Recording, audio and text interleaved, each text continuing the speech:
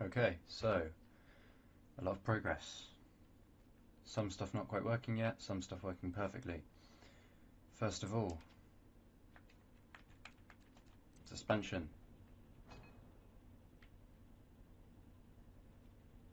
For the most part, the suspension is working, is pretty much as good as I can get it. As you can see, the truck's still dancing around a little bit. It's not perfect. I presume it's just an imperfection in the physics engine. But all 6 wheels go up and down as if it's on quite rigid solid axle coil suspension, and they do go up and down when the vehicle is moving at speed.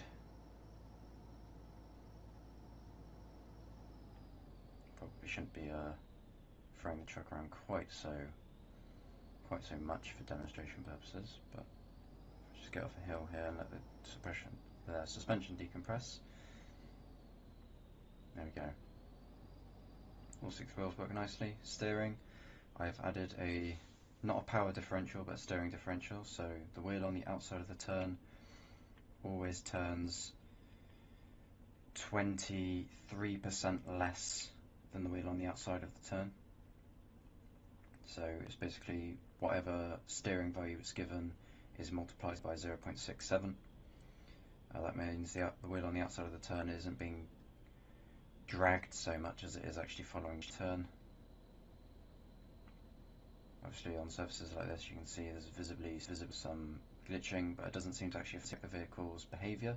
It does seem to just be just that, visual. So unfortunately the game isn't quite so good at selling that when it comes to how the wheels should look. As you can see, I'm travelling the vehicle at speed, turning at speed, and it is behaving as you would expect. The vehicle automatically comes to a stop, and when it comes to a stop there's an air brake sound effect. Haven't quite figured out how to implement the braking sound yet, which was meant to be the sound of the drum brakes applying pressure to the actual drum. But engine sound works as well. Engine sound has a value that caps out at 100, so it takes the throttle of the vehicle, multiplies it by 0.02, so that the throttle caps out at, I believe, 96 as far as the sound effect goes.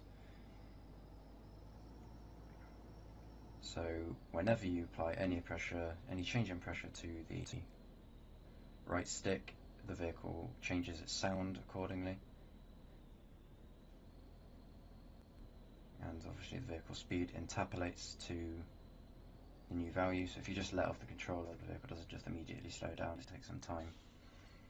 The vehicle does reverse. I haven't implemented a reversing sound yet, but when you do reverse,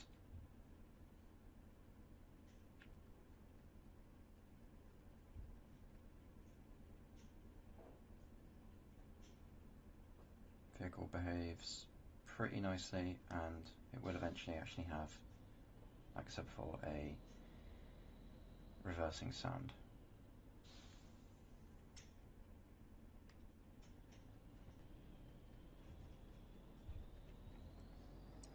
GunTruck still isn't functional. It still makes sound, it still has a muzzle flash, but it doesn't currently have any hit scanning yet. That is, again, something I'll get around to as soon as I finish everything with the truck. I did at some point reduce the light cutoff range, because this thing does have crazy long range as it is. I believe this is about 100 or 150 meters maybe, possibly longer. Originally it seemed to be shining light all the way up to about 600 meters, which is the limit of the physics boundary, which meant I, from here, could light up that mountain range. So that's been fixed. I don't think there's anything else I haven't already mentioned. So I mentioned sound effects and sound effects in the works. I mentioned the steering differential. I've done a lot of tweaking with the suspension, like I said, I mentioned that already, I believe, but yes, it's a lot more stable than it used to be, and I'm very happy with it. It's about the hardness I expect it to be. The rear set of wheels is slightly softer than the front and middle set, since the rear set is just really weight taking, so you want it to be slightly softer just so it absorbs bumps a little better. And this thing does really stick to the ground quite well.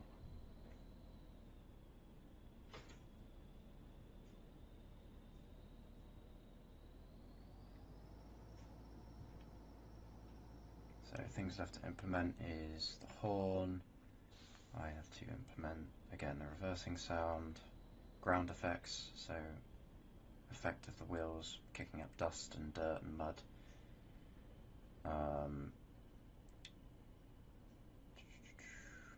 To implement ground pound effect, so when the vehicle hits the ground with a certain amount of force, it should the vehicle should generate a large puff of smoke or dirt or dust or whatever.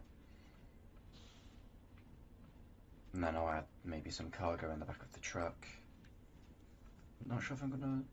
Yeah, I'll do rear lights, So where those white rectangles truck currently are, I'll place that with red light. I'm not sure if this mission is going to occur during the day or night, but regardless, the lights of the truck are going to be on, just because from the front, having the lights on, even in daytime, looks very, very cool with a slight yellow hue.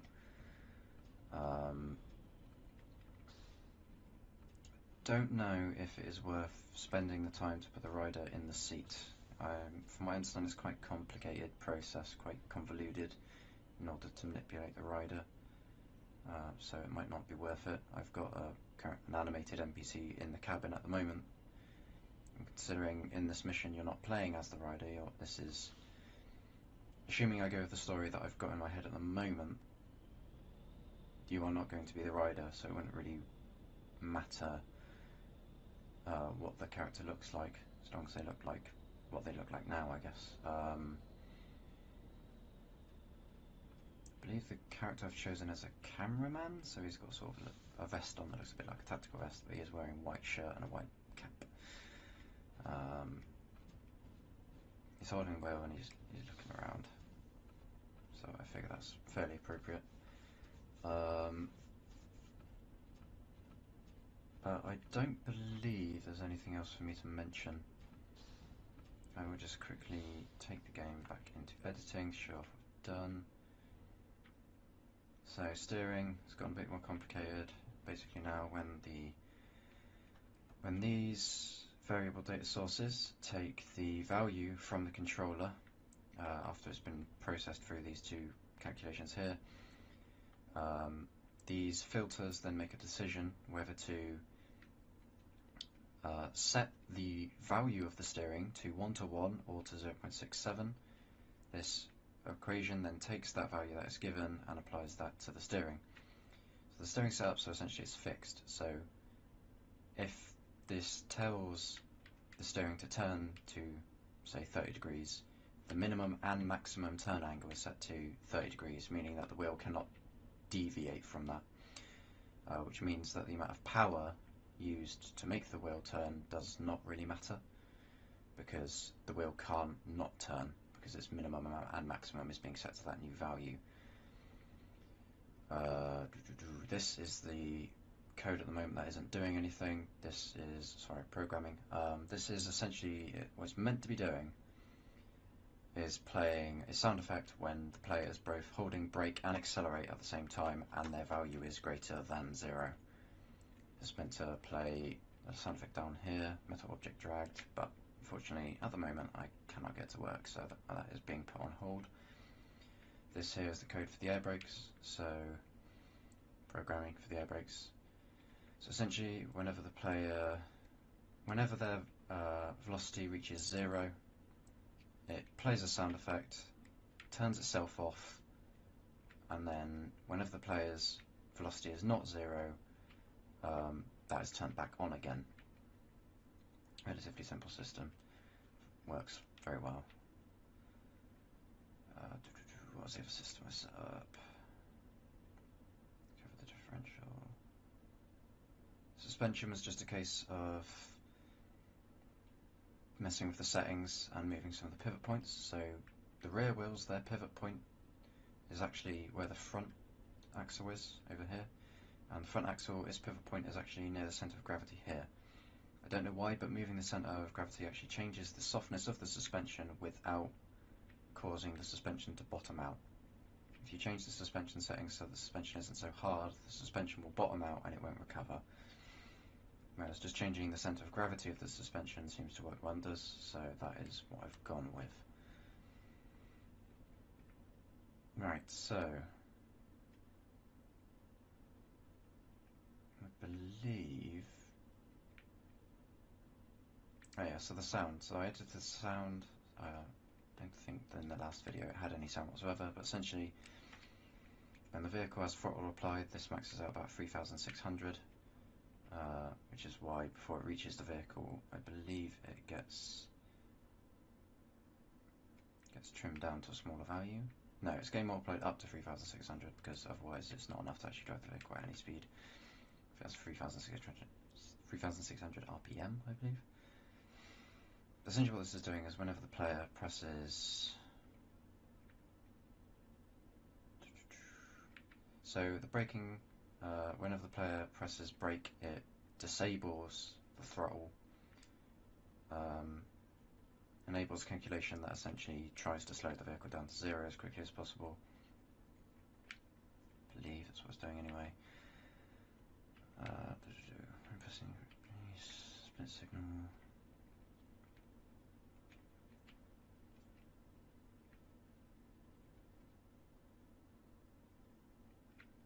Set that value to whatever this sets it to, which, okay, yeah. So depending on how hard the player presses the brake, it tries to decrease the player's value to that value, which is reversing, so it can stop the vehicle quite quickly. This here is just taking the engine sound, or the engine speed of 3,600 RPM, timesing it by 0.02 and adding 24, that's the idle RPM, 24 revolutions per minute. And then sending that to the engine, which the engine maxes out at 100 RPM. Which is weird. But yeah, so when the vehicle's actually travelling 3,600 RPM, the engine is travelling at 100 RPM, because again, that's what it maxes out at.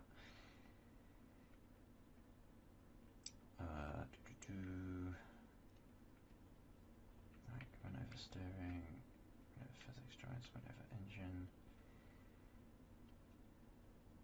Right, yes, I believe that's everything I needed to cover. I've actually saved this as an asset now as well in my favourites. So if any of the save issues that this game has rear the ugly head, this thing is saved, so I can just spawn it back in any level. So that's good. I can quite easily apply this system if I wanted to a different vehicle. So I could in future make missions where you drive the little sports car from Trials of the Blood Dragon, or I don't know, a bus or a fire truck even. I can make a mission where you control a fire truck. Essentially what I'm thinking of doing is making a series of missions, like I said before, or I say like I said before, it's in a video that I'm not going to release because it was like 24 minutes of me just driving around and talking. I'm going to be doing these missions set in the context of the Trials Rising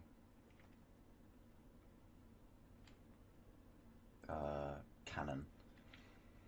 So it's going to be part of a series called ION, in other news, and it's essentially missions that occur during the period of time in which the Trials Rising World Tour occurs. So this is probably going to be some sort of conflict that happens in the news whilst the Trials Rising World Tour is happening. That's essentially, it's only not quite as tied into the gameplay as Broadsword Maximum Threat was in Trials Fusion. Probably tied in about the same amount as the story I came up with for Evo was. Again, both of which, Broadsword and the story I made up in Evo, none of those got released due to the limitations of the engines and limitations of my skill with the engines at the time. But what I've got going on here, yeah, the most appropriate context I can think for is just a series called In Other News. So the only real tie it has to Trials Rising is the time it occurs, and the fact that it, like Trials Rising, occurs in the news or is covered by the TV or whatever. So this isn't the rider, and I don't think the final mission will have anything to do with the rider. It's just literally whilst the Trials Rising World Tour is on, this conflict or whatever is happening, and it involves a gun truck with a machine gun top that you can drive. Not the most imaginative or most effective way of tying it into the game, but until I can think of something else, that is going to be the context. Obviously, since I've saved this as a favourite, if I make any changes to this, I'll save it as a V2, or well, I've already saved it as V2. I'll save V3, V4, different versions depending on what improvements I make, and then I can just drop that into a new level. So if I do decide to make a different level where maybe it doesn't have a machine gun, or if it does have a different context, I can easily do that. So what I'll probably do as well is I'll make a forum post, and the description for this will be on the forum, and in-game, instead of having a description, it will just be a link to the forum page. That is probably about it. That's all I need to say for now, until I make any more progress on this, until, say, for example, I get this working, or I introduce the actual hit scanning or ballistic physics for the gun. I probably won't need to make any more videos. And then I'll probably make maybe it won't be very good, but I'll make some sort of trailer for this once it's done, so just a gameplay walkthrough or demonstration of when I implement the landmines that are in maximum threat, when I implement NPC tracking, actual player health and player ability to damage other things. But yes, that is essentially the most important and probably the most difficult part done, because again, everything else I already know how to do. I may figure out how to do it in a more efficient way, but unless I do, I won't need to make any more videos on this. So that is all for now, and I will just quickly make a last demonstration of the vehicle travelling around with the microphone off, just so you can see the vehicle performing as a sort of tech demo, I guess. Bye now.